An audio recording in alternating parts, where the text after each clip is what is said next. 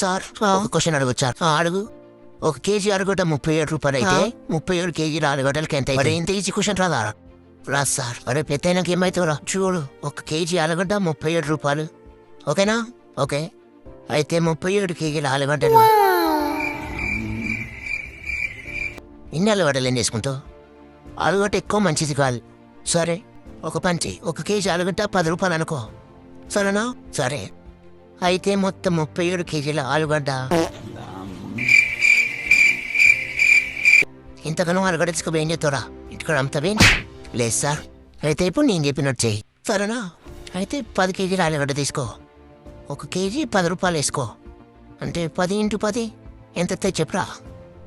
ఎంత అయితే 100. నీ జవాబు వచ్చి 100 రూపాయలు అన్నమాట. సరేనా? సార్ ఇవ్వండి 100 రూపాయలు. 100 రూపాయలు తీసుకొని ఆలుగడ్డ దింగితే దేవుని అందుకు సరిపడా.